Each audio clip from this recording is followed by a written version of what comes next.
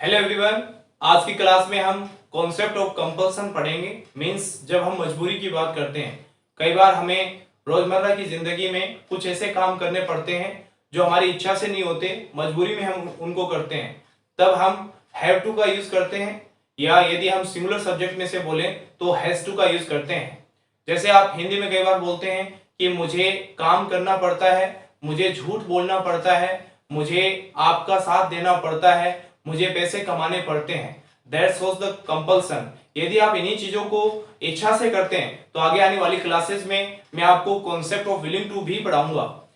देखते हैं हम इस कॉन्सेप्ट को। जैसे मैंने आपसे पूछा क्या आपको झूठ बोलना पड़ता है, तो हमने पहले तो आप इसकी हिंदी समझिए। क्या आपको झूठ बोलना पड़ता है, ये प्रेजेंट सिंपल का ही पार्ट है जिसमें हम केवल मजबूरी को शो करते हैं।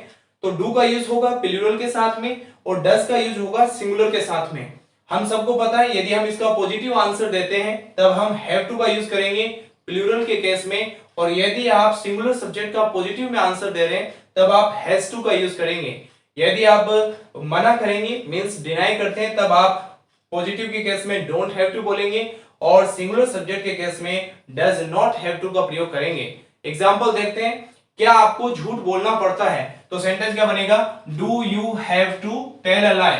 हाँ मुझे झूठ बोलना पड़ता है। Yes I have to tell a lie. ना मुझे झूठ नहीं बोलना पड़ता। No I don't have to tell a lie. यदि आप इसे सिंगुलर से बनाते हैं तब आप क्या पूछोगे?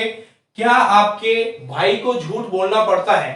Does your brother have to tell a lie. यदि आप आंसर में बोलते हैं हाँ मेरे भाई को झूठ बोलना पड़ता है, yes my brother has to tell a lie.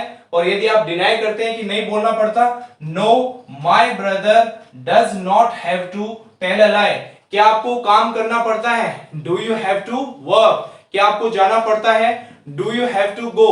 क्या आपको आना पड़ता है? Do you have to come. क्या आपको गाड़ी चलानी पड़ती है? Do you have to drive car. हाँ मुझे चलानी पड़ती है। Yes I have to drive car. हाँ मुझे प्रॉब्लम सुलझानी पड़ती है।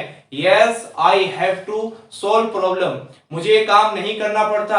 आई don't have to this work. मुझे ये काम करना पड़ता है। Yes I have to do this work. सो यदि आप हाँ बोलते हैं तो हैव टू आएगा। यदि आप ना बोलते हैं प्लूरल के केस में तब आप डोंट हैव टू का यूज करेंगे। डू के केस में जरूरी नहीं कि हम हमेशा यू का यूज करें, क्योंकि हमारे पास तीन सब्जेक्ट और हैं जिनके साथ में डू आता है, आई वी और दे।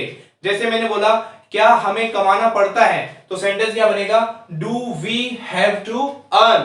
क्या हमें झूठ बोलना पड़ता है? Do we have to tell a lie. हाँ हमें बोलना पड़ता है। Yes we have to. नहीं हमें ये काम नहीं करना पड़ता। We don't have to. यदि आप सिंगुलर सब्जेक्ट का यूज करते हैं, क्या आपके पिताजी को पैसे कमाने पड़ते हैं? Does your father have to earn money. हाँ मेरे पिताजी को पैसे कमाने पड़ते हैं।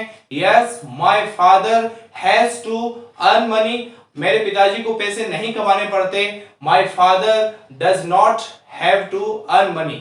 सो ये आपका छोटा सा कॉन्सेप्ट है। जब भी आप मजबूरी की बात करते हैं, I would suggest you in the mean of मजबूरी या compulsion you should use have to.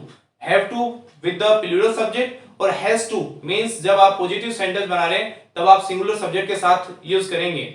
I have to go to school. I don't have to go to school. Do you have to go to school. My brother has to go to school. My brother does not have to go to school. Does your brother have to go to school. सो इस प्रकार से आप इन चीजों को याद रख सकते हैं। Will meet on next video.